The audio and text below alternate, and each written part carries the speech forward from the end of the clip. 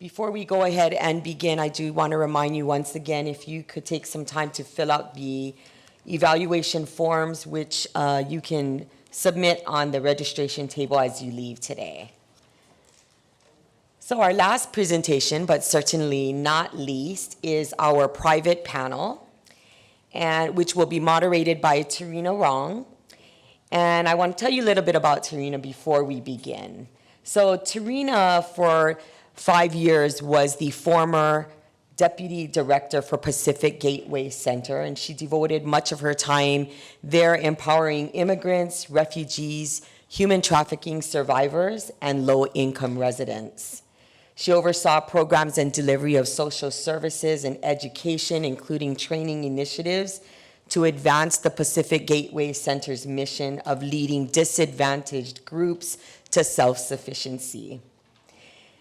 More currently, in March 2018, she acquired her partial accreditation from the Department of Justice to provide legal immigration services as a non-attorney to indigent populations, and serves in this capacity at Pacific Gateway Center as a volunteer.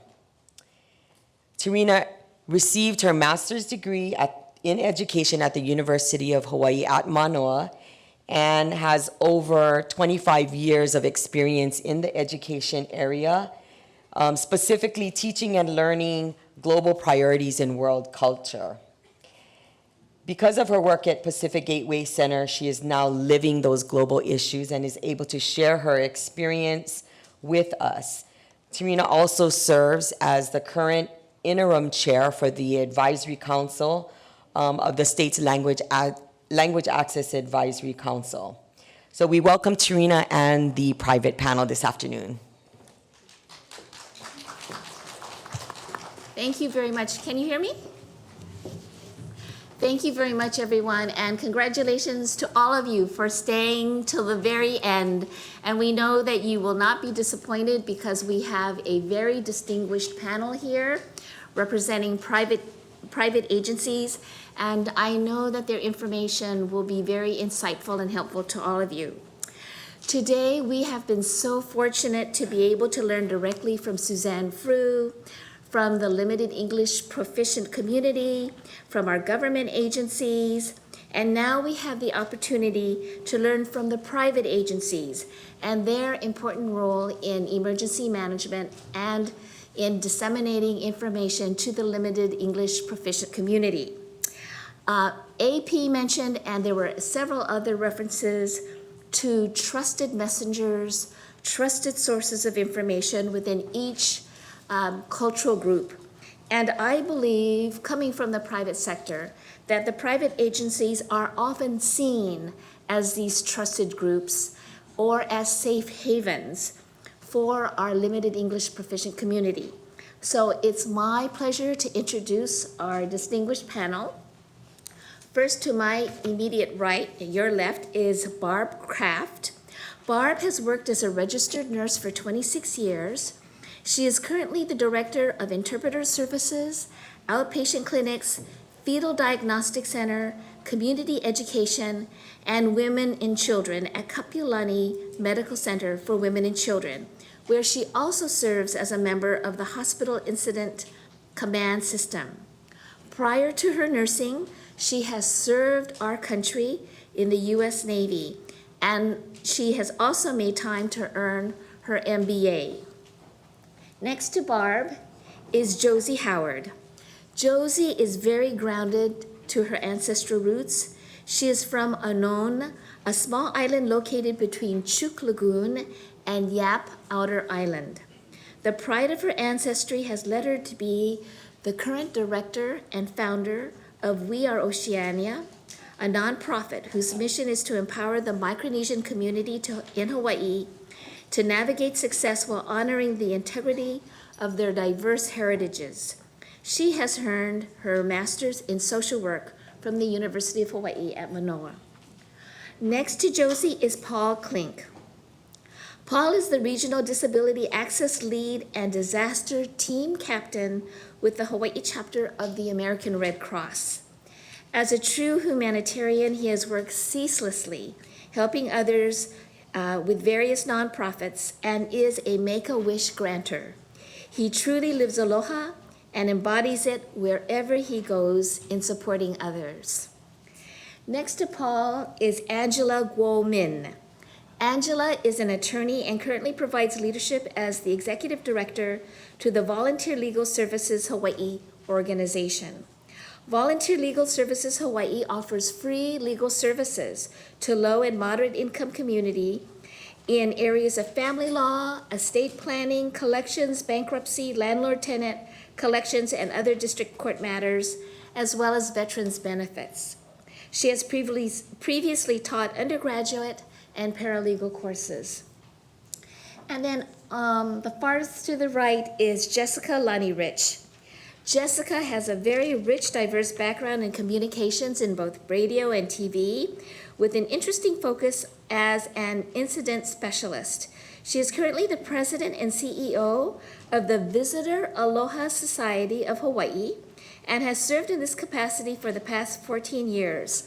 This is a nonprofit that assists visitors who are victims of crime and other adversities in Hawaii. She has come to the call of hundreds of visitors in distress. She serves on the National Board of Directors for Travelers Aid International in Washington, D.C., representing the Pacific region, and is a certified critical incident specialist. She completed her graduate work towards her master's degree at the University of Hawaii at Manoa. So let's welcome all of our panelists. Okay.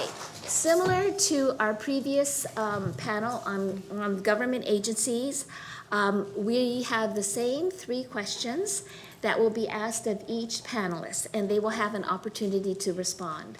So our very first question is, please describe in general your agency's role and responsibilities in responding to emergencies and/or disasters. So we'll start with Barb. Thank you, Barb. Thank you, and thank you for inviting me to speak. Yes. Thank you for inviting me to speak. I am representing Kapi'olani Medical Center for Women and Children, a not-for-profit hospital. We provide specialized care for women, children, and infants for Hawaii and the Pacific Basin. Whenever there is a need to provide emergency services for any of that population, they do come to Kapi'olani. They are flown to us. If we are unable to care for those patients, if we are not able to provide a specialized service, we will provide transportation through a transport service, specialized nurses and respiratory therapists to the mainland. So we do provide that care. If we do have an emergency situation, we do work with our partners throughout the state with EMS, Department of Health, AMR. All of the services work together. We do take care, again, of the women, children, and infants. However, we do have your occasional male who just loves to come see us just because they've seen their wives and family taken care of by us, so we will take care of them as well. It's important to note also that our community knows us, and we do have medically fragile that are close to us, and whenever there is an emergency situation, they do often come to us for care. When there are power outages in the area, they do come to us, and we do expect them to come to us. So our patients that are on ventilators, are medically fragile, will come to us, and we will provide that service for them. When we do practice statewide drills, as we did for the RIMPAC exercise, we do again take patients that are children and women, and we will triage them. But our primary focus is to take care of the patients that we already have in-house. We are a 243-bed facility, and so they are our primary focus, and then we will take care of the community as any surge comes in. Thank you. Okay. Yes, Josie, same question. Okay. Make sure my mic is on. Everyone can hear me?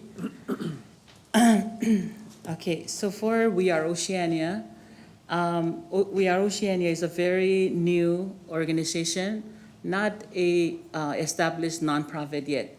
So right now, we are currently a program under Partners in Development Foundation. So the grant that we got from the federal government, Department of Interior, comes through Partners in Development Foundation. I just want to make that clear. We're in our third year, going on our fourth year. And so, when I saw this question, I thought, I didn't know I have a plan or my organization is responsible. But I can tell you this though, personally, this is not the first OLA conference. This is probably it's more than 10. Yeah, it's probably in the 12th or 13th or 14th. So I've been attending OLA conferences from the beginning until now. And this concern of language access has always been, on the menu. And so when in the process of building a organization like We Are Oceania, we look at it from that perspective. We also service the Micronesians, so it's like Marcia from the previous panel had mentioned, it's a different population that we work with culturally. And so our perspective in building We Are Oceania, it's looking at it from a very different, like a unique lens. And so what I would say is, I think in that said, our first responsibility is to build capacity. And in building capacity, we realized that in order to build this organization, our base, of course, is going to be here on Oahu because it's a limited funding. But we have to make sure that we reach out to all the Micronesians that are here in Hawaii, and not only here in Hawaii, but also back home in Micronesia, and also in the mainland. So I would just say in the United States and Micronesia.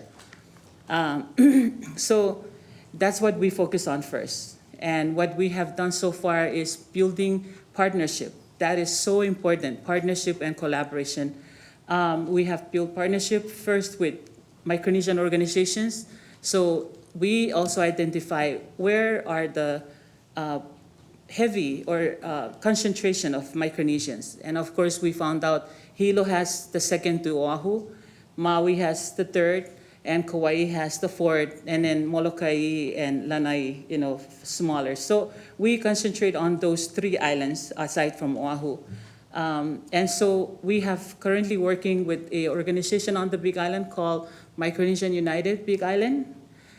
We also start working with a newly, and it's in the process of forming, Micronesian organization on Maui called FOMAM, stands for Voices of Micronesians on Maui. In Kauai, we're still trying to, they're still trying to organize themselves. There's a big group of Marshallese, and there are a few Chugis and Yapis, Panaben here and there. So we were able to work with all the different groups, but there's one leader that kind of stood up among them. And so those, to me, are responsibilities to first build the infrastructure. We cannot connect the services if we cannot build the infrastructure. Our role is to connect services to these people from our community and to make sure that they navigate success here in Hawaii. And maybe I'll stop there. Thank you, Josie. Paul, same question. My name is Paul Klink. I'm with the Red Cross. I'm a volunteer since late 2012 when my late wife, Hiroyo, and I decided to do this together, fading into our retirement years, and she passed and stuck me with it. And I promised her to continue, so I'm going to continue forever. And my new wife and our 3-year-old daughter are big supporters. So I'm a volunteer, so we always take 3 hits. We don't get paid. We put ourselves in danger, and bills pile up while we're gone. But it's worth it because people really need our help. Red Cross in a disaster situation. I'm the response lead right now for the Big Island. They actually put me on loan today to fly here and fly back. I've been there since May 3rd, first deployed with Team Rubicon, and now I'm on a Red Cross deployment on my 60th day, I think, a Red Cross deployment. And so I'm running the Pahoa shelter, which is 1.7 miles from the nearest lava movement, which means when lava moves, iron moves, and cell phones get really weird. And air quality, which you leave your air monitors on all the time, because you never know what's going to happen. Our main focus during disasters is really simple. As most of you know, we provide food, shelter, and comfort. When you lose everything, and almost every day right now, we're running into people who've lost everything. You can say they had their head in the sand. You can say, yeah, they built a home on a lava field. You can say whatever you want, but in their minds, they were living at their home and nothing bad was gonna happen there. It was a safe place. Then maybe a civil defense official or a policeman will call them out front or say, come outside for a second, please. You need to evacuate right now. And breaking through the back wall is lava, real time. And they lose everything but what they could carry out of their home. In Hurricane Harvey, we had people who were multimillionaires. They had to open a levee one night without warning, and people in beautiful estates were woken by their bedroom windows smashing in with water at 90-degree nighttime, wearing whatever they weren't wearing, jumping out a window with their women, their children, their pets, whatever they could grab, trying to find a roof that wasn't floating away. Well, they arrive in your shelter wearing usually nothing more than a Red Cross blanket. They were given in a helicopter or a boat or a car, emergency response vehicle, and our job is to be there for them 110% and approach each person regardless of creed, ethnicity, lifestyle, no matter what, everyone's welcome. We have registering procedures once things calm down, but during the heart of a hurricane, you're not really checking IDs. You're getting people in, you're getting them safe. You're giving them that look that says, listen, you're lost. You've lost everything. We've been here before. This isn't our first rodeo. We're here to listen, and we have a plan for you to move forward. And every step forward is another good step. So I'd say of the food, the clothing, the sheltering, the 1/4 pillar that holds it up is psychological first aid, just being there for them and taking the time to ask, fearlessly ask, how are you doing? And buckling down and listening. And in those moments, you'll find great appreciation for what we do have and how many first world problems we might have that these people have lost everything. You can't even imagine. So we love being there for people from day one till now, and like the Big Island, we're on I lost track since we opened, I think, on May 6th. So however many days it is, and we still have people coming in who are losing their homes from lava. In hurricanes, it's a little quicker turnaround, but still there's so much devastation they're going back to. So helping them back on their feet and giving them a plan to their, what I like to call the new normal. And that's Red Cross in a disaster. Thank you. Thank you, Paul. Yes, Angela.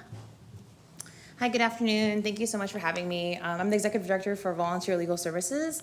As mentioned, we provide free legal services for the low and moderate income community of Hawaii. And even though our offices are located in Oahu, we do service the entire state. So we offer the opportunity for someone to come in and have advice and counsel sessions, talk to an attorney. It's very common to be intimidated to speak to an attorney. And so we want to make that area comfort for a person when they're coming to us. A lot of times our clients, they're just getting by. They barely are at the federal poverty level, but when a crisis happens in a household, such as someone getting sick or someone losing a job, they really can't afford any legal services. What makes our organization a little unique and different is that we partner up with attorneys from the community. So not all attorneys are bad, but they actually are, all the attorneys that volunteer with us, they really do it out of the goodness of their heart. In Hawaii, pro bono is not required as being an attorney. So all the attorneys that come to us, they are volunteering their time. They either are partners at big offices, own their own law offices, but they understand that not everyone can afford legal services. It's very expensive, but they don't want to deny that person access to justice. And so our office, we're located downtown.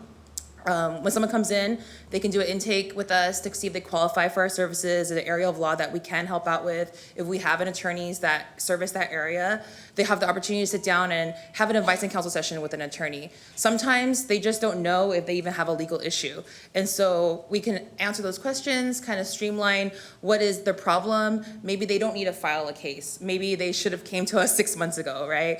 And so we offer that, and we also even offer further services. Maybe it's helping them draft a power of attorney or healthcare directive. A simple document like that, but very important. And so we provide those services, and sometimes we can even pair them up with an attorney to go to court with them for depending on what kind of case they have. And even though our office is located in Oahu, we do offer different ways to service the rest of the state. For example, we're actually going to be in Hilo later this month. We're going to have what we call pop-up clinic, where we bring our clinics to the clients. We know that it's not always easy for someone to get to downtown.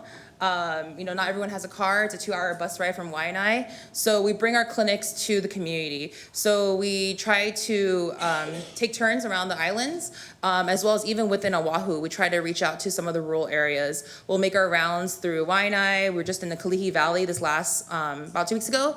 And just in one morning, we were able to service over 50 people, provide them free legal assistance, including some who needed further services, and paired them up with an attorney. And so we also offer ways that if you can't get to a clinic, you can't get downtown, we have an online portal. If they can get to a library or have internet connection, we call it Hawaii Online Pro Bono, which is a free legal answers portal run by the American Bar Association, where they can actually post questions. And we have volunteer attorneys who can log on and answer it. Of course, it's going to be a little more limited because it's not back face-to-face, but at least they'll direct them to what kind of legal issue they have. If they have a legal issue, maybe what forms they can maybe take from the internet, from the court website. And we actually opened, it's all the areas that we service: family law, bankruptcy, various district court, which is collections, small claims, veteran benefits. But just most recently, because of what's been happening on the Big Island and Kauai, we actually opened a new section, a new area of law, which is disaster relief. So people can post questions, and we work with the HSBA, try to gather all these resources to make these available to the community. What we also want to do is educate the community. A lot of times, unfortunately, when the clients call our office, they should have called us a couple months ago, right? A couple weeks ago. And so we actually go out in the community and try to provide legal education courses for the community so they can be aware of who we are, whether they need our services or someone probably that they know will need our services. At least they can be aware of, hey, it's important when you see that first collection letter, don't throw it away, right? And so we can provide them, these are certain important documents, what to be aware of if you do get a call from a collector or whatnot, and that's a way that we can always also educate the community, so that they don't have to always end up in a lawsuit or needing necessarily an attorney. But I hope that our services you guys have heard of us and have reached out to the people that you work with, that they know about who we do, what we do, and can use us. Thank you. Yeah, thank you. Jessica? Thank you, Tarina. Yes, sure. Good afternoon, fellow panelists and very important attendees to this conference. My name is Jessica Lonnie Rich, and I'm the president and CEO of VASH, which stands for Visitor Aloha Society of Hawaii. And in answer to the question, the agency's role in responding to emergencies and disaster, I think first we have to define what an emergency is, because we have at VASH private emergencies, which would entail what we see. We're the only agency that every single day we specialize in visitors in crisis. It's a very humbling job.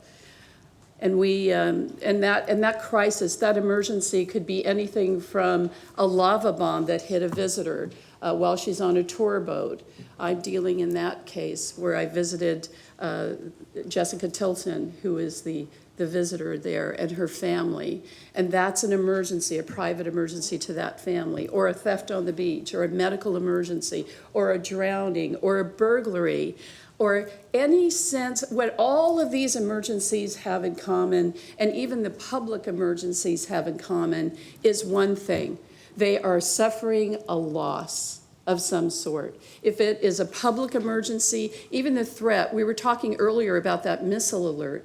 That missile alert, it took away the peace of mind of many of our visitors. The state of Hawaii defines a visitor, and we are specialists. That's all we do is handle visitors. State of Hawaii defines a visitor as someone who, number one, has a round-trip ticket to come here and go back. And the reason for that is because if they don't have a round-trip ticket, maybe they're here to relocate. Maybe they're here because they don't have any money. Maybe they're here because they're just going around town. That's not our purpose. Our purpose is to serve the visitor, and they have to be here for less than 60 days. If they're homeless, we do refer them to other agencies.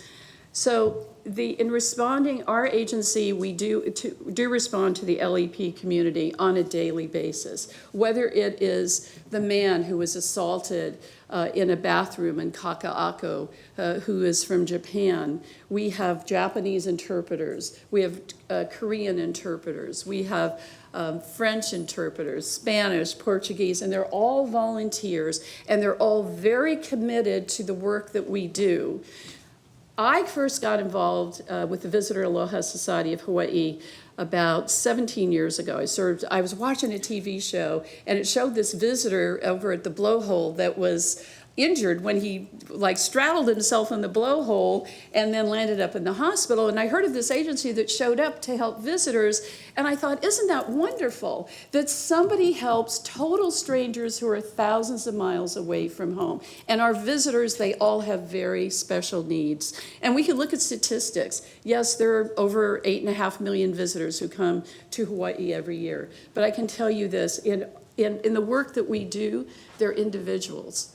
That girl sitting in a hospital right now, who I'm going to visit again when I leave here today, who was hit by a lava bomb, and she's seriously injured. She's an individual. We don't just look at them, as a statistic. Now, in a major disaster, we partner up with our tourism partners, such as the Hawaii Tourism Authority, HH Visa, which is the Hawaii Hotel and Lodging Association. And we do not have a lot of interpreters. We always need more, but we do provide to their needs. I admire every single person in this audience who is bilingual, because I'm not bilingual, but I do speak the language of aloha. I have shown up in an emergency room where a Japanese visitor who has just lost her husband, and I put my hand on her arm, and she knows that she is being loved and cared for at that time. I wish I could say the words, but I can't. When I'm not the president of the Visitor Aloha Society and helping our visitors in crisis, I volunteer as a Stephen minister for First Presbyterian Church at Ko'olau, and we have something that's called the Ministry of Presence. And what it means is you don't necessarily have to speak their language or say anything. You just have to show up and be there and show that love and aloha to this visitor. And I can tell you this, despite the emergencies that happen we assist 2,000 visitors a year approximately, they come back because they remember the feeling, that they were cared for at the darkest time of our life. So our role in responding to the LEP community is we assist visitors, obviously, as I said, and we have volunteers, and we show up when they need somebody the most. In a major emergency, we can't do it all. We can assist the private sector, but then when it comes to the bigger stage, we do have to partner up with many of you, thank goodness, who can help us to serve the visitors who come to our state, and thankfully return because they do feel that spirit of aloha. Thank you very much, Jessica. Thank you, panelists, for explaining your respective roles. And I think that sets a really good context for our next question. Please describe your existing programs and how the roles and responsibilities are coordinated among other community entities. Barbara? Many of the programs, thank you once again. Many of the programs that we provide are funded by grants, and many are provided by the community as well. Several of our patients, over half, are either underinsured or uninsured. And being a nonprofit, you can imagine the cost of that. So we do rely heavily upon things like Children's Miracle Network, grants, things that allow us to do special things for our community. We work with women, infant, and children to provide that care that is typically done out in state areas. We provide a house for WIC services in our home to allow our patients that deliver premature babies and or families who need that extra service to be hooked up immediately with WIC services. That's not something that happens at any other facility because no other hospital has WIC services internally. We also are one of the state's designated hospitals for, or as an Ebola assessment hospital. We are specifically designated to take care of women and children should a child or a woman be infected with a highly infectious disease. So we have special training that we have done, and we were given a grant by the government to be ready, and we just recently did training with AMR, Department of Health, and other state agencies to ensure that we were ready.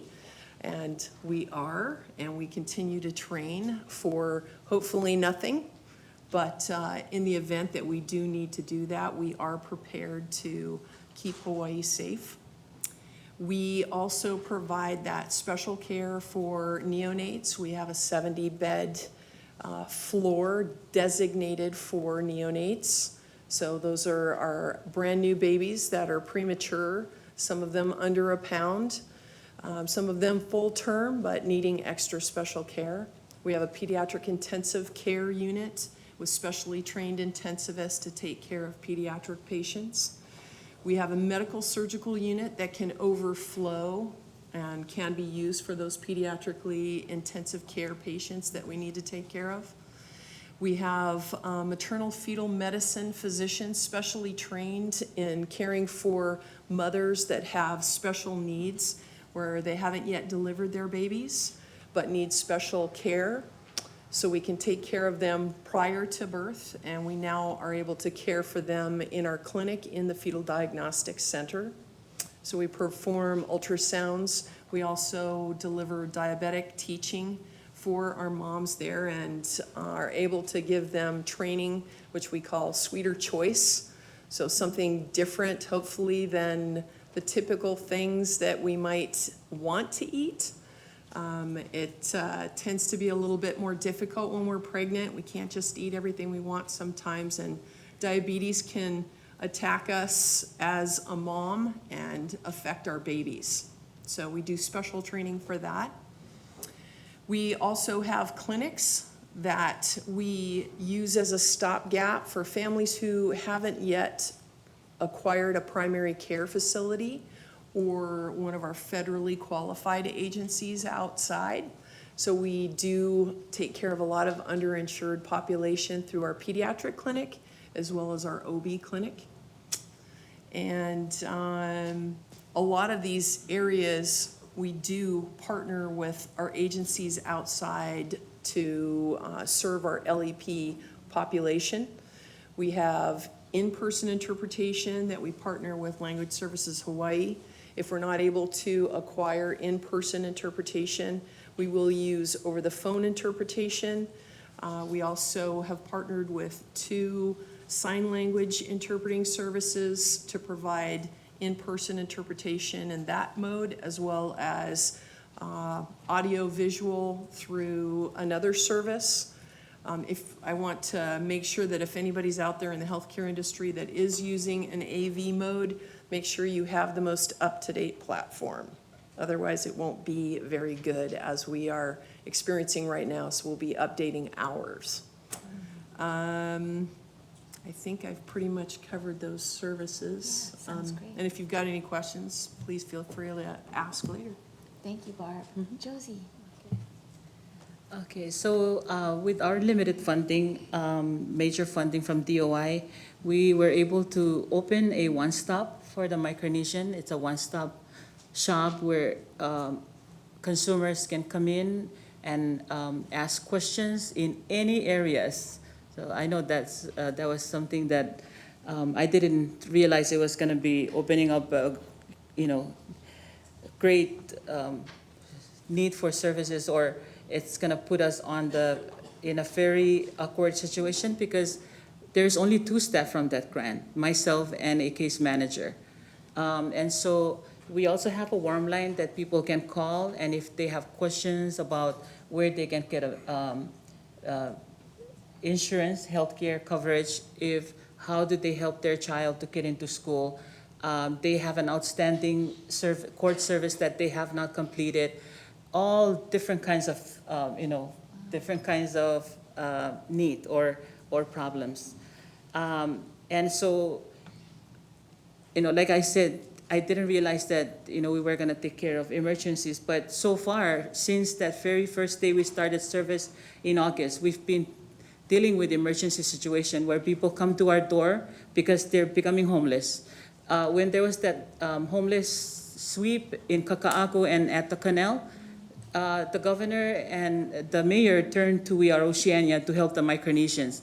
And we had families that just flood our doors in, trying to get help in connecting them to services. We also were called to help, families that were under the bridge. So during this sweep, we were there to help the families. Right there, we have to figure out, problems, what do you call it? You have to really be able to problem solve with the families and know the resources. So, in establishing those partnerships, it makes it easier for us to problem solve and be able to refer the people to the proper services.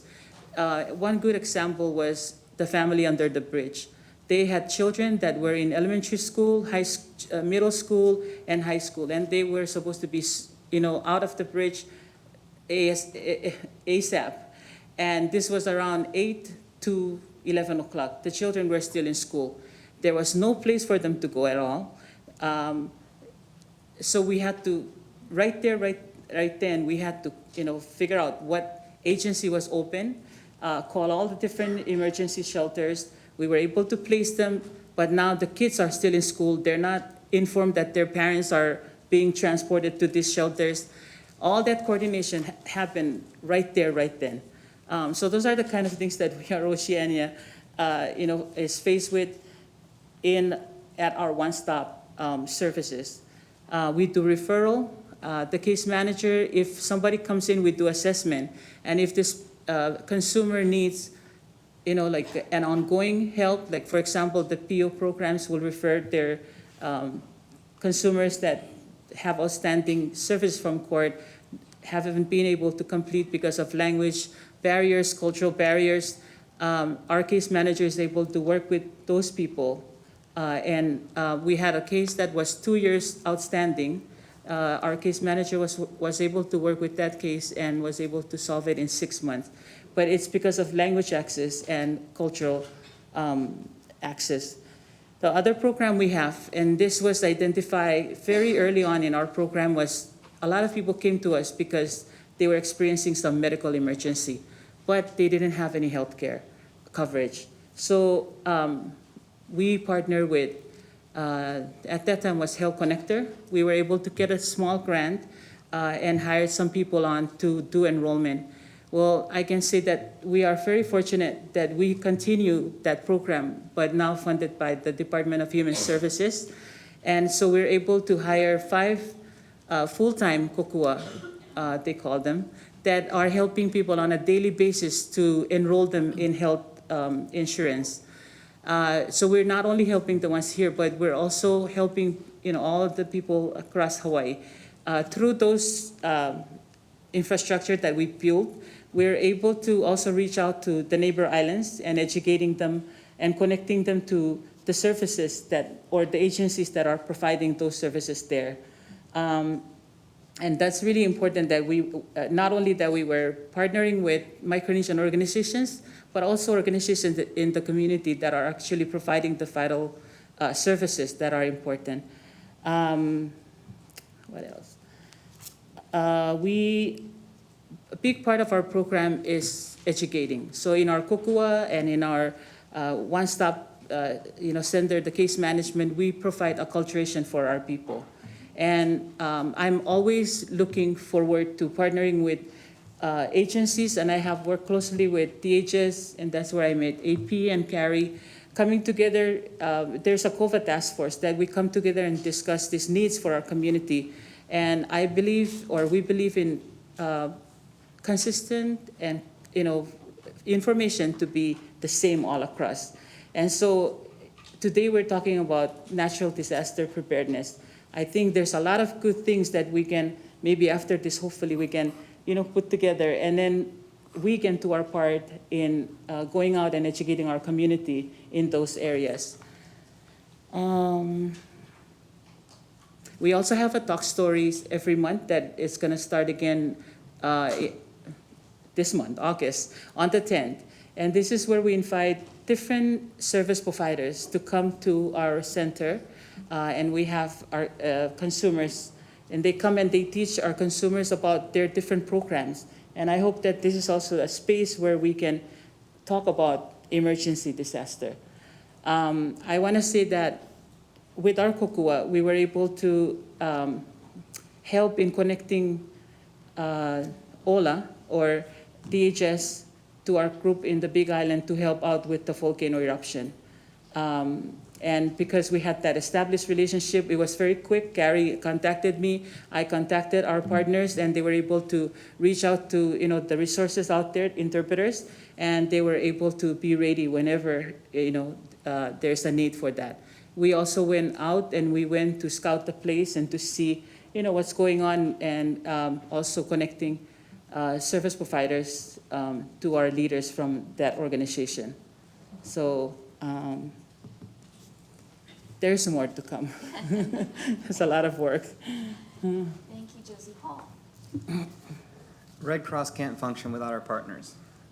Currently on the Big Island, the two shelters we still have open are in Kea'au and Pahoa, and there's a big sign in the front door that says, "Thank you."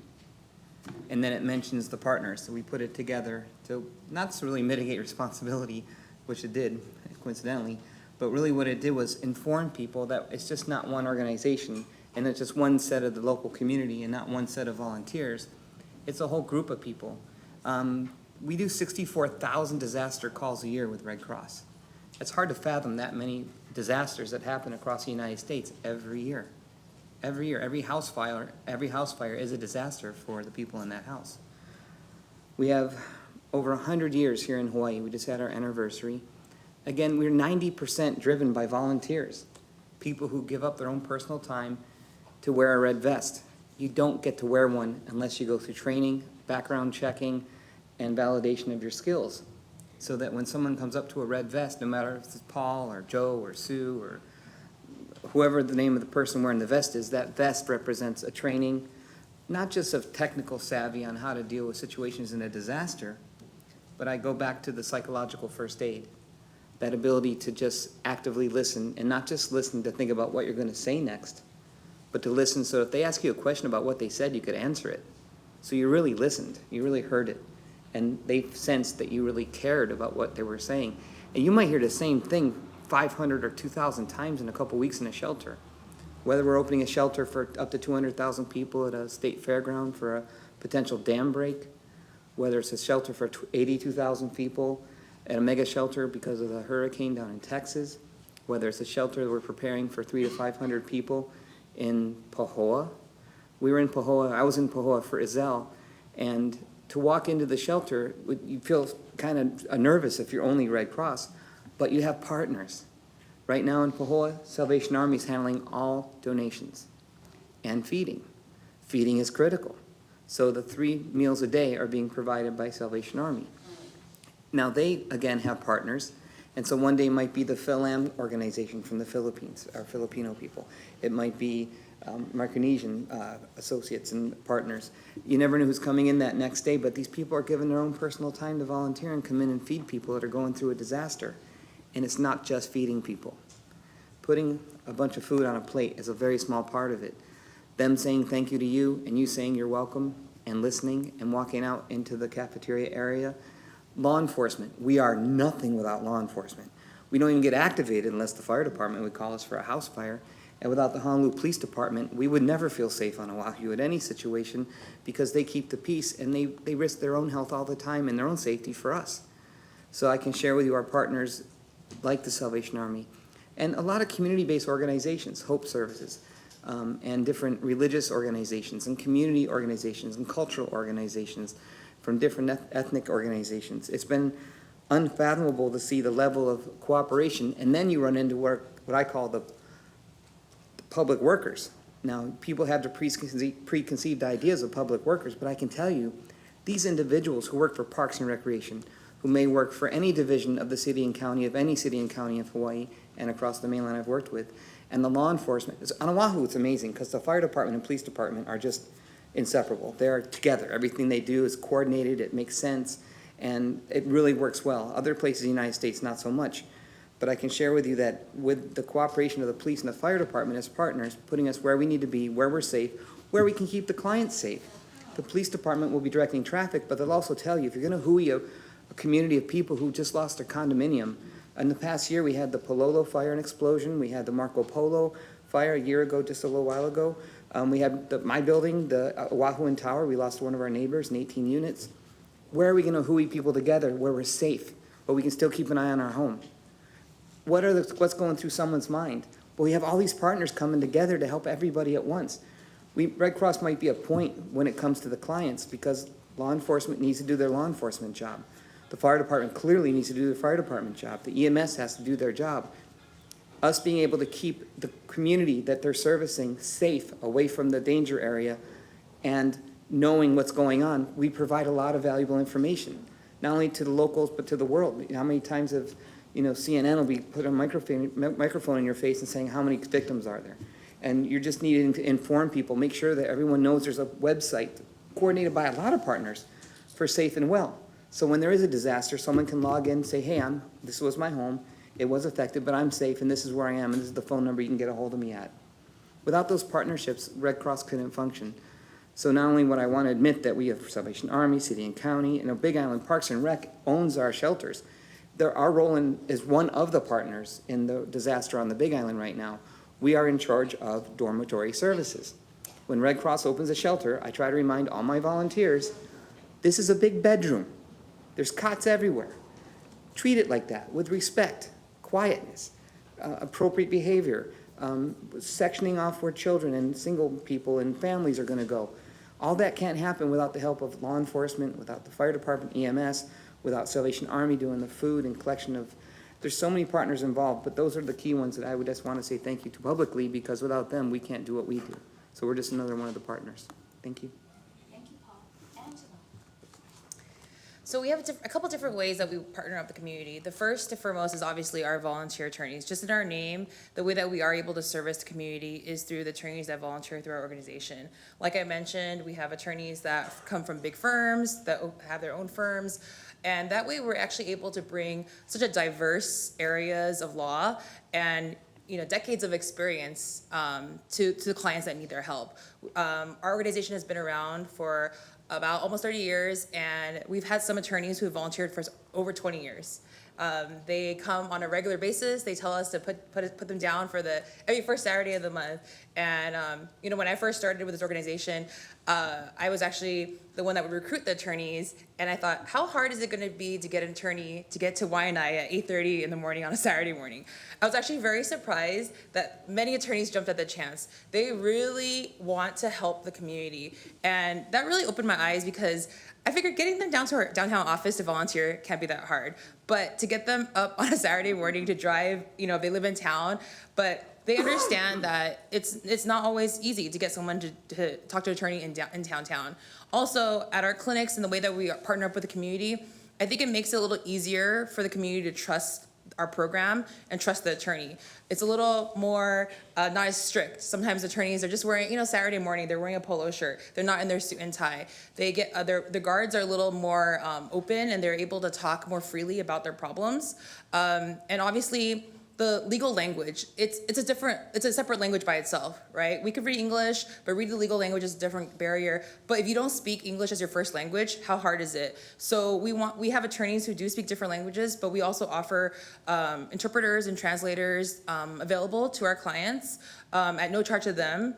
But we can either have them, if they come to our office for a clinic, we'll have an in-person interpreter or translator, or if they come to our office, just do an intake, and we can actually get someone on the phone, and we have like a conference call with someone who speaks in their native tongue.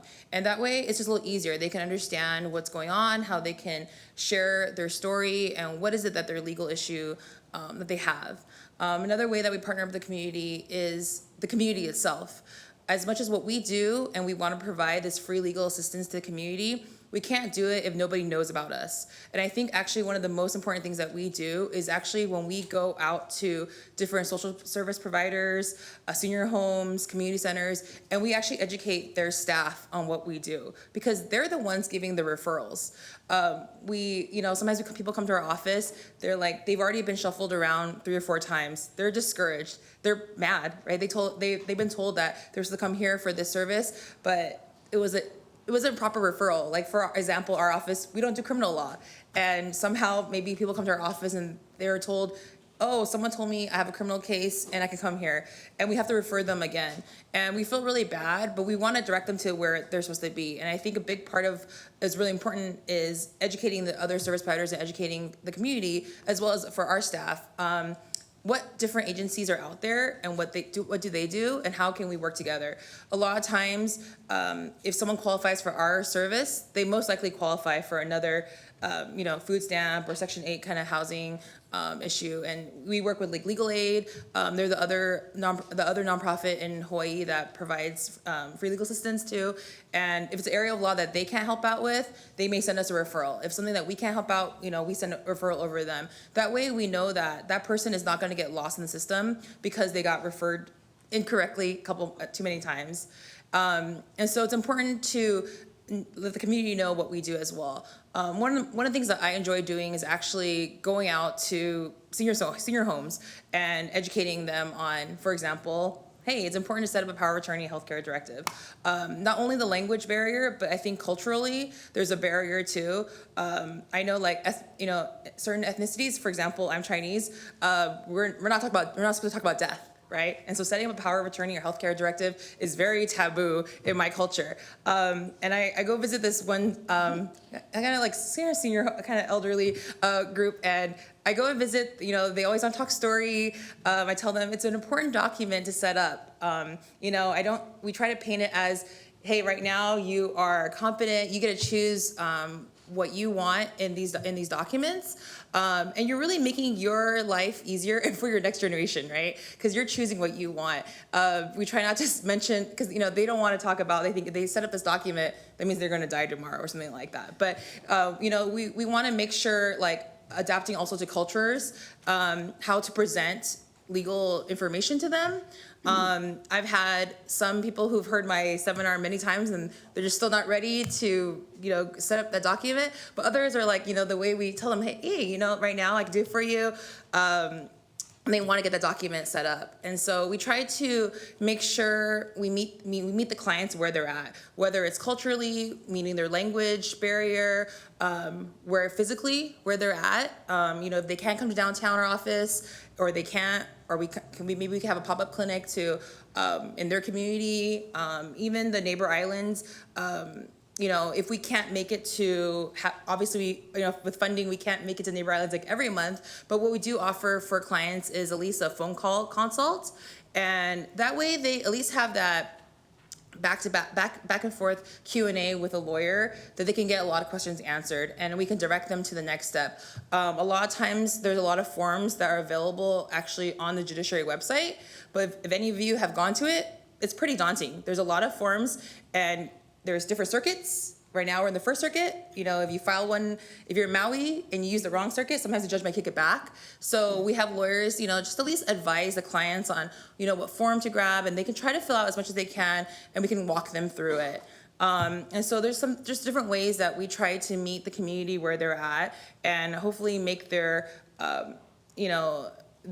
issues go a little more smoothly, try to resolve them, and really what we want to is make sure that they have access to justice, and just because that they monetarily may not have the money in their pocket doesn't mean that they shouldn't have that access to justice. Thank you, Angela. Thank you. Jessica? Yes, thank you. Our programs in response to helping visitors and also relating with other community entities, the first thing that we Oh, I'm sorry. Can you hear me now? The first thing that we do is when we find out about a visitor, well, a lot of visitors don't know that we exist, and a lot of residents don't know that we exist, because we are a specialized nonprofit agency that we just help our visitors who are in crisis or visitors who are victims of a crime or any sort of adversity. So when you're promoting the state of Hawaii, the last thing you want to do is let them know that there's an agency here that will help visitors in crisis. So we have to sort of let people know that we are here, but do it in a gentle way so that we don't alarm people. The first thing, our community partners include the cruise ships. We have many visitors who come here on the cruise ships, and things happen on the cruise ships. We do have our interpreters who are volunteers for us. We also work with the police department, the fire department. Usually with the fire department, it's somebody who's gone hiking, like maybe yesterday you saw on the news, or 2 days ago actually, about a boy who fell from Manoa Falls. Of course, it's not out in the news, but he was a visitor, and the good news today is that he is okay. I talked to his mom. So we do work with those agencies, in addition to the media. Sometimes the media will call us up and say, hey, did you know that there was a visitor that was robbed in Waikiki? Usually the police will call us right away. We respond right away. If it's a missing person of a visitor, we'll go out to the beach. We'll sit with the family until that person is found. There are many crises that can occur, and we're fortunate in that we have these community partners. And also in terms of the LEP community, we work very closely with the consulates, with the Korean consulate, Japanese, you name, that we're also affiliate members of the consulates and usually if our agency is involved with a consulate, it means it's a pretty serious case. Usually it's a death or it's a near drowning. Many of us have caller IDs on our phone, of course, and when my phone rings and when it says medical examiner, I know it is not a good call. I know that it means that something happened to our visitor. So, and some of the programs that we have, our program assistance includes, after we do our assessment of the visitor, let's say we had a visitor, I'm going to use a visitor by the name of Hiroki, who is a real case that we had. He was on the North Shore. His partner, who he had come here with, his friend, business partner, died in a drowning accident. He didn't speak any English. What we did immediately, we sent our van up there to pick Hiroki up. I called our Japanese interpreter to meet Hiroki in our office. I asked the police officer, what size clothes does he have? Because they told us he didn't have any clothes with him. He left him, just went in a swimsuit. I went across the street to Ross. My office is at the Waikiki Shopping Plaza.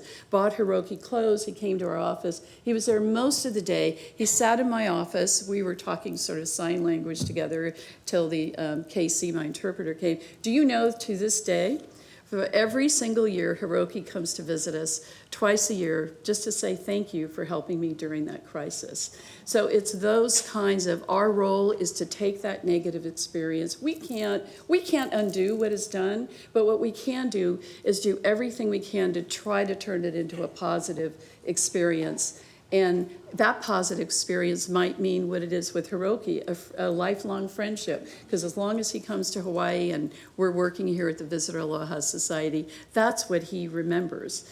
And so in addition to the consulates, we all partner together.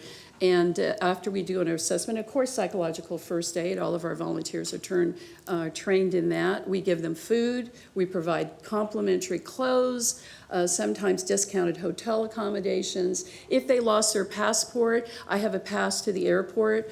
Airport pass that takes me to the different airlines as well, because sometimes we have deaths on the airplane. Some of our visitors may pass away on the airplane, and then we'll show up and we'll help at the airport as well. So we have airport partners as well. But without all of us coming together, such as all the partners that we're all talking about here, I don't think any of our agencies, we cannot stand alone, and we're grateful to all of them. Okay, our final question is, please describe how your agency identifies and meets the needs of the LEP communities in emergencies and/or disasters. And some of you have already covered this, but let's go ahead and we'll start with Barb. Look, I learned. Yeah. I know, I'm trainable. One of the things that I learned after being in this position for about 2.5 years was you can't do this alone, and you have to meet with your partners in the community. I learned the most from, I think, my partner Sue Zhang, who taught me how important in-person interpretation is. A lot of our patients and our providers didn't know how valuable this was. We did a little bit of a study to find out exactly what portion of our community needed our services the most, so we did it by dialect. And we found out that our highest need was in the Chuukese population. It was 2 to 1 of any other. And what I further found out was it was 2 to 1 not by individual, but by visit. It was actually 4 to 1 by visit, which indicated to me that we weren't communicating well with our patients that spoke Chuukese. And a lot of this was sometimes our families were really good in conversational English, but when it came to those really difficult conversations, as it was pointed out earlier, when you get into those really heavy conversations, your mind, when it comes to emergency situations, goes back to your primary language. I've had even physicians tell me this. One of my maternal fetal medicine doctors is from China originally. You'd never guess it in her conversation because she sounds like she's from New York now because she was trained there. But she says when she gets into an emergency situation, she counts in Mandarin. So that was a great indication for me that when we get into an emergency situation, when we find out that our baby's not doing well, when we find out that our blood pressure is high and we need to have a C-section, we need to deliver baby emergently now, we need to do something that we weren't expecting. Those kinds of things need to be interpreted. And when you do that over a video, that doesn't go over too well. And when it's over a video and maybe you don't have the dialect, and you weren't aware of that because you didn't know how many different dialects there were in the Chuukese language. And then you have a person going, they're not interpreting that correctly. Well, it was a dialect issue. There's all of these little nuances. So anyway, we went ahead and did a pilot at Kapiolani for 2 weeks. We utilized Language Services Hawaii and got interpreters there during our peak hours when our physicians round. We did this from 10 o'clock to 3 o'clock. It ran over regularly for that 2-week period, and we had 70 requests in that time frame. And 70 requests within 40 hours is a lot. They range from 5-minute conversations that were very easy to 85-minute conversations that were very difficult, but they were invaluable. And they proved to our organization that we need an in-person interpreter. And it also proved to our staff that, hey, we can really call these people anytime. And to show you how important that is to our organization across Hawaii Pacific Health, we're doing this kind of education to prove, and our risk management team has said, this is so important to our organization that they have taken the costs associated with interpreter services. They have taken it into risk management so that it's not associated with any one department. So it's not, oh, aren't we supposed to use the AV or aren't we supposed to use the phone? It's like, no, you call in advance. If you know you're gonna have that difficult conversation, how about arranging for the interpreter to be there for that conversation? That 2-week time that we used taught our staff and our physicians, hey man, call them, have them here. Some of our departments figured out, hey, just have them here every day at 10 o'clock. So now I'm seeing Language Service Hawaii, all those interpreters at Kapiolani like every day. And it's wonderful because the staff are feeling more comfortable having those conversations. Doctors are excited. I actually heard a doctor come out from a conversation and say, I just heard mom finally talk after 2 weeks. And she was mad. And it was really great. And she was looking at me like, why are you happy? I'm mad. And he just said, "I'm just so happy you're talking to me." So those in-person interpreters are valuable. If you can get them, awesome. If you can't, then you go to over the phone. You go to the AV, the audio-visual stuff. In the emergency room, it's really vital. It's very helpful for us, but it's only a stopgap until we can get an in-person interpreter or somebody over the phone who can go ahead and talk to them. Because the AV is not what everybody wants. But for some people, it's great because they're used to doing it over the phone, right? They're great with FaceTime. And over the video stuff is really great if we're talking about like a highly infectious patient. That might be really good for that patient in that room. So those are some of the things that we've done. And we've also put things on our intranet so that we've got it at our providers' fingertips. So the providers can go onto their intranet page and they can pull up all of our providers on the intranet by alphabetical order.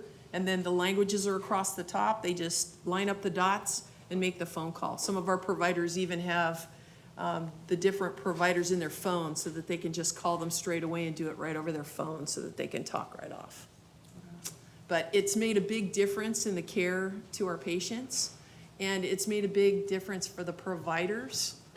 And I'm looking forward to being able to provide this a lot more often. And we're trying to take it off the shoulders of our providers because it's, as I've learned from Sue's team, it's very difficult to do both your regular job and interpret. And I don't want to take a physician's eye off of being a physician and trying to interpret at the same time, or a nurse trying to interpret. We'll do that as a last resort, but we want them to be able to provide the care necessary and then have somebody do that interpretation because it's that important. Thanks, Barb. Josie. Wow. Angela mentioned something that you said. You said it's really important to meet the community where they're at. And what that means to me is not only where they're at socially, but where they're at spiritually, where they're at culturally, where they're at, everything. And so with that saying, the way I believe that I feel happy listening to all of you, being a program that is new and in the making. I think we're on the right track. One approach that I think makes us meet the need of the lab is the fact that we hire people from the community that our consumers are from. And so at this point, I want to recognize my staff. I want them to all stand up, please. Stand up.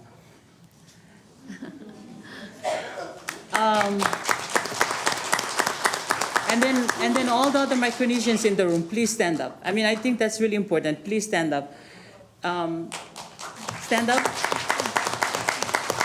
So just an example, if you were to say hi in Chugis, how would you say that? In Kosrayan? In Marshallese? In Panapin? Excellent. So not only that we connect to them by language, but we're also connected to them by culture. I may be the director of We Are Oceania, but I'm not a Marshallese. I'm not a Kosrayan. I am not a Yapese. You guys can sit down. Thank you.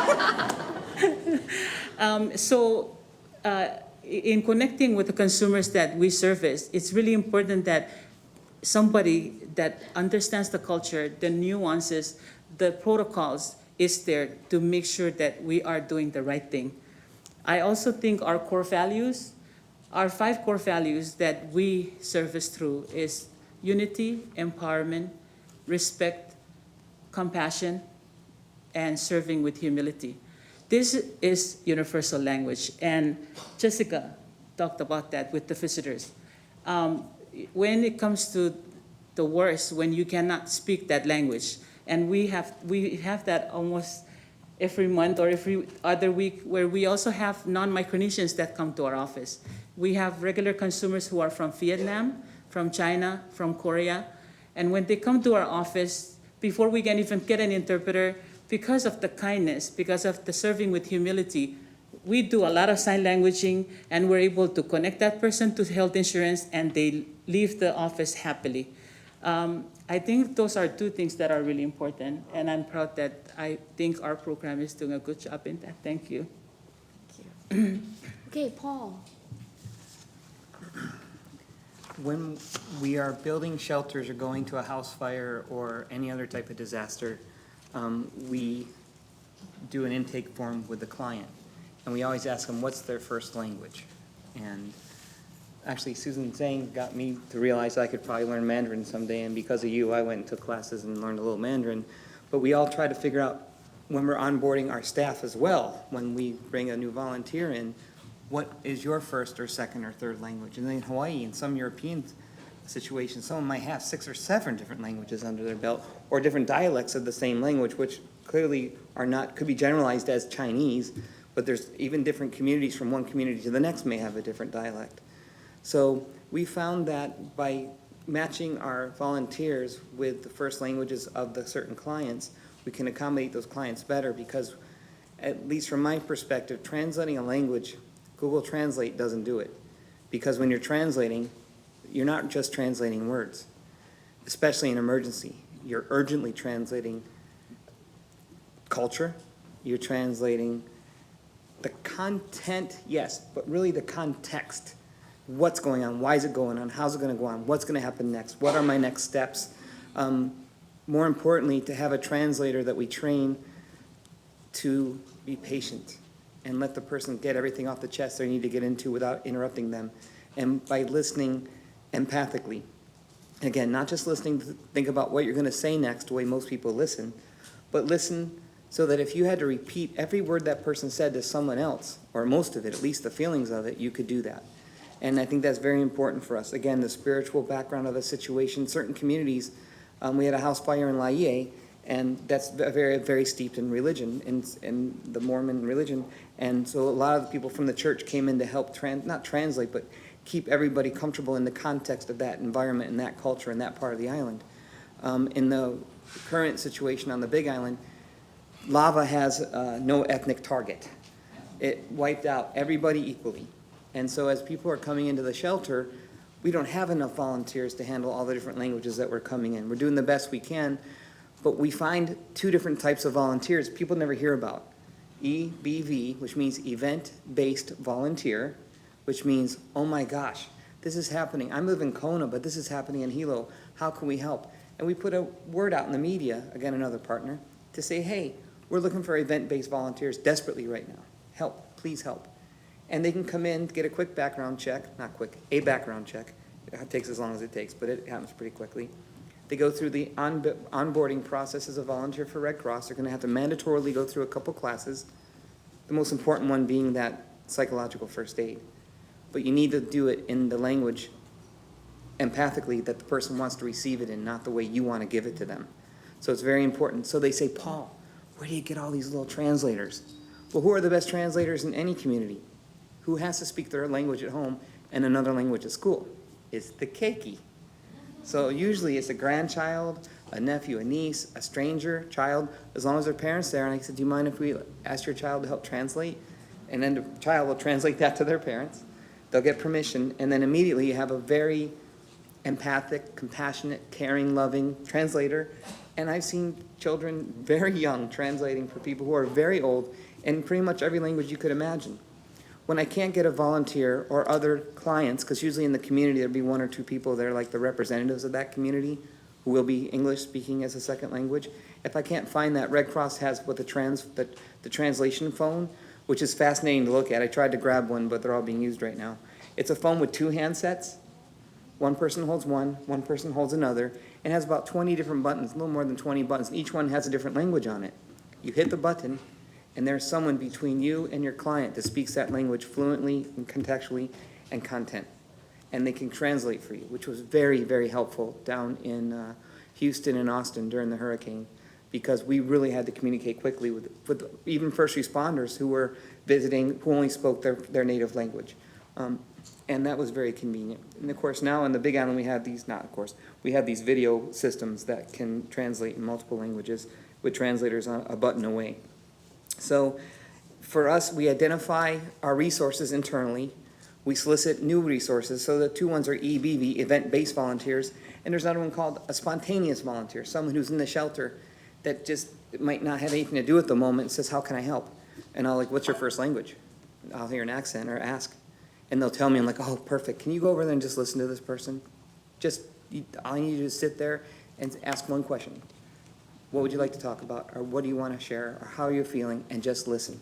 So they'll feel listened to in their own language by somebody who can empathically understand what they're saying. And then we fall back on technology as a tertiary option. So those are our resources, and that's what we bring to every disaster. And of course, our volunteer base is very diverse in Hawaii. Matter of fact, I'm the haole they let into Pahoa, and so, I'm basically an interface. I work there in Ezell, and I can tell you that the more time I spend around more cultures, the more enriched it's making my life, and the more grateful I am to be a volunteer, because I'm getting so much more out of it than really what I'm putting into it. So I'm just grateful that you're doing the conference like this, and that it is so important, especially in Hawaii. So thank you. Thank you, Paul. Angela? So if you guys saw outside Compliments of Ola, they have these little cards with different languages. Those are very useful. So at our office, in the front desks, we have them too. Sometimes a client can't come in and they can't even really get out like what language they need in translation or interpretation for. So we have like a booklet out where they can at least point to what language that they do need help on. And we can get either on the phone, translator, or in person for the actual clinic where they sit down with the attorney. And I think I'm very thankful that my mom sent me to Chinese school when I was a kid, where I can speak a different language, but even interpretation, translating at a legal level is it's a different level. So while our staff and some of our attorneys, they do speak a different language, we still always offer our clients the opportunity we always ask, like, is English your primary language? Or is there another language you feel more comfortable speaking in? We want them to be comfortable. So we will, like I mentioned, we have the interpreter services free of charge for the clients, even at the intake level, just to see if they qualify for our services, so we can hear what area of law that they need help with. One of the things that I think a lot of clients don't know about is when they go to court, that they can ask for interpreter at court, right? They can ask for it. But sometimes when we go to court, let's say your hearing date is today, you go and you say, I want, let's just throw out like Russian, right? Which is a little harder to find in Hawaii. That interpreter may not be there that day. So they may have to actually continue that hearing date out until they have that interpreter for you, because the court will find an interpreter for you. Of course, if if you're looking for Japanese, they may have an interpreter that day, it's easier.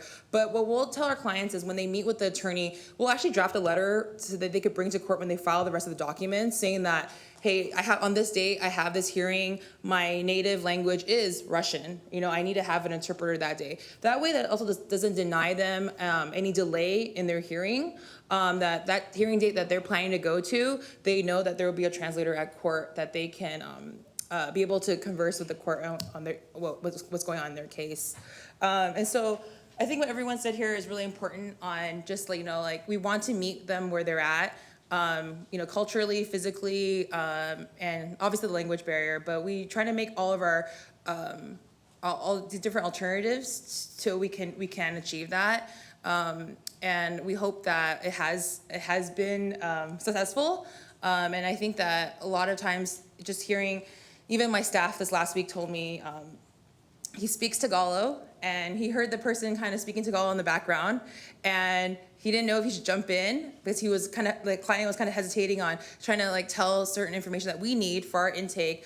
But he started asking a couple questions, and it really, I guess, kind of loosened up loosened with the tone, and just helped that person be a little more comfortable and share what's going on in their life. And that way, it makes it easier on the client as well as on us, that we can get all the information that we need, because we try to grab all the information as much as possible. That way, when they do meet with the attorney, that time that they get to spend with them is used most effectively. So we offer different ways, like I mentioned, the translating services, and being able to have that in-person translation services is really important for our clients. Thank you. Yeah, during a disaster, how we have our volunteers that I mentioned, but I'm listening to all of you, and I want you to know that at the Visitor Aloha Society, I feel that we're a work in progress. We are not as there's so much to learn about the LEP community, and I really do want to thank AP and the conference organizers. I think he deserves a big hand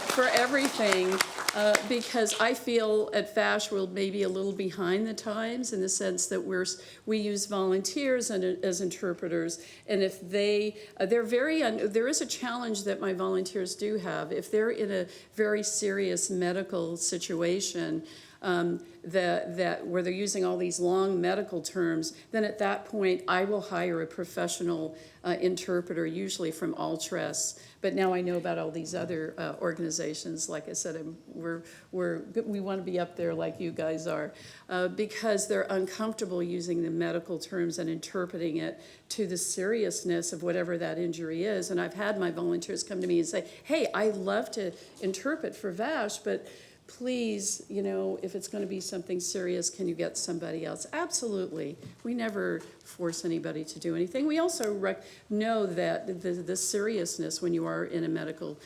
situation. So we do hire the professionals. And also in disasters, as I mentioned in my last conversation, we are fortunate to have a really good relationship with the consulates. If I have to bring a council member, and I don't mean city council meaning consulate, like the Japanese consulate or Australian consulate or Brazilian. I work with all of them. For the Brazilians, for example, we had a Brazilian here who was seriously injured, and I met with the Brazilian consulate at Queens.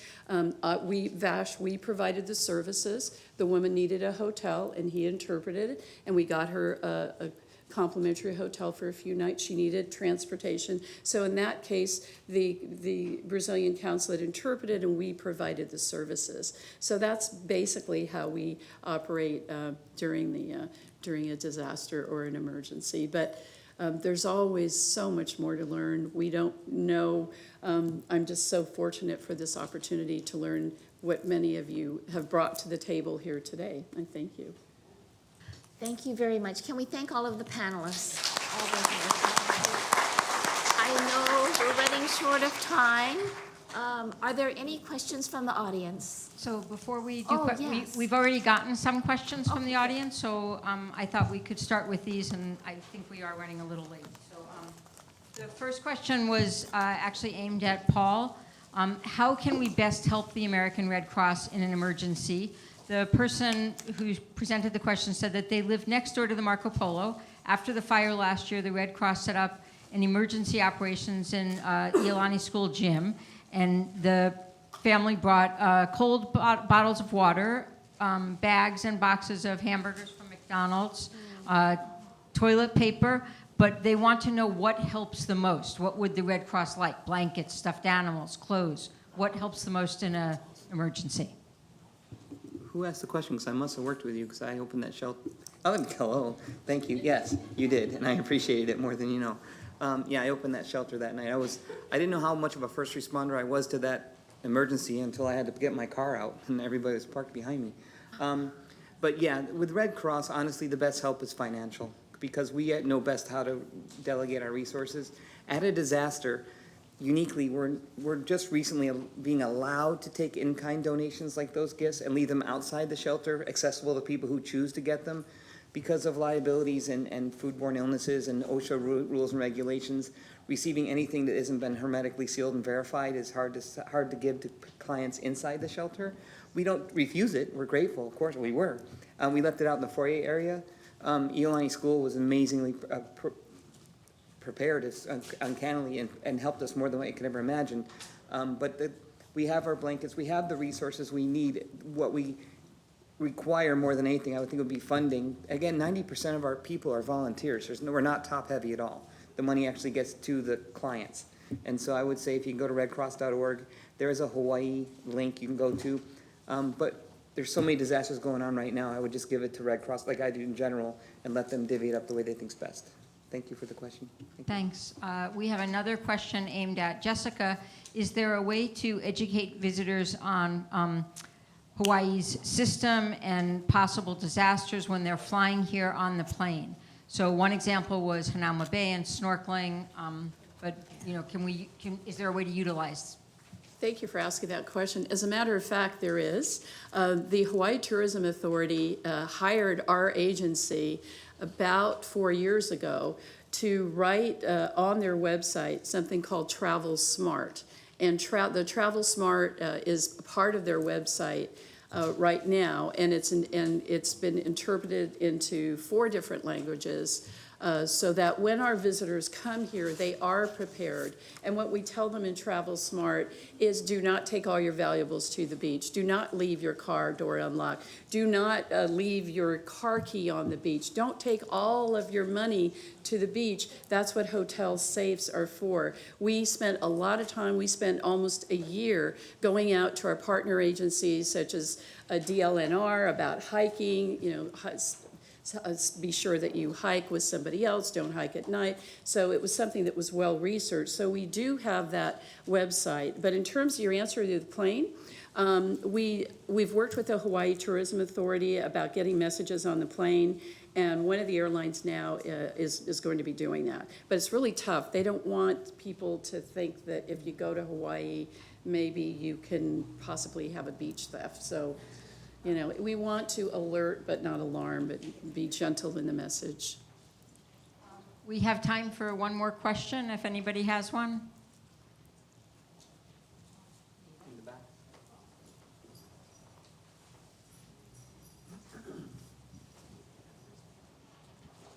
Double dipping today. I have a very self-interested question, and I'm not sure if you have to answer it, but I think it would help all of us. People always tell me, well, there's just a few people who come to Hawaii who speak a language other than English. So understanding, you know, we started the whole conference by talking about the residents of Hawaii who speak a language other than English. Understanding your populations that you serve, what percentage of the work that you do requires you to use interpreters and translators, and then understanding how well-staffed you are or how short we are. That would be exceptionally helpful to those of us who are working in education and who are trying to create programs to develop a better pipeline. So I'm not sure if this requires an answer, but it's a plea to get this information to us if you can, so that we can work with it and improve the status quo if it's needed to be. I can answer for Kapiolani. 8% of our population speaks a language other than English.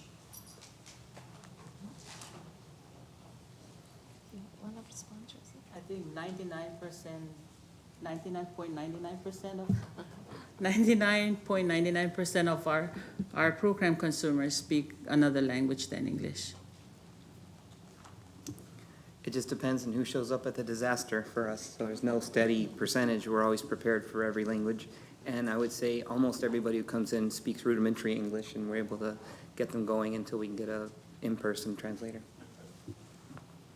It'd probably have to depend on the week, but I would say we call the interpreter services at least a couple times a week to schedule an interpreter to come to our office to speak with the client. Between our staff and volunteers, I'd say about 20% speak a different language. Thank you very much, and thank all of you. Thank you. Okay, I just want to do something different. We didn't forget to give them the lei, but we just want to try to give them after they finish talking, so they stay with us. So give me 1 minute to give a lei to our great speaker today.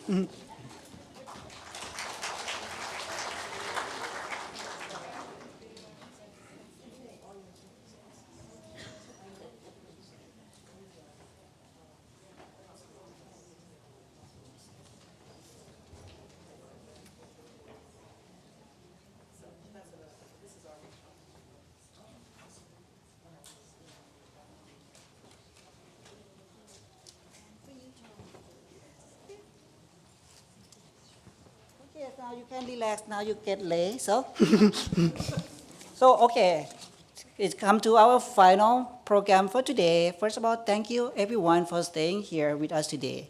Like we learned and we heard one word that I see in really common here. We say, "Oh, I don't even know about your program." Like Jessica said, we don't know about your program. We don't know about interpreter type of thing. So now it's just a good forum that now we learn, now we know how we can address the issue about language access.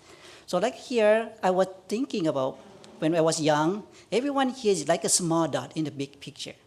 So everyone do their own thing, everyone good in their own way. However, if we connect the dot together, we can create a big picture. We can create a picture that serves the purpose. It's not just a small dot in the community. So here is an opportunity for us to connect and make the picture that's good for us.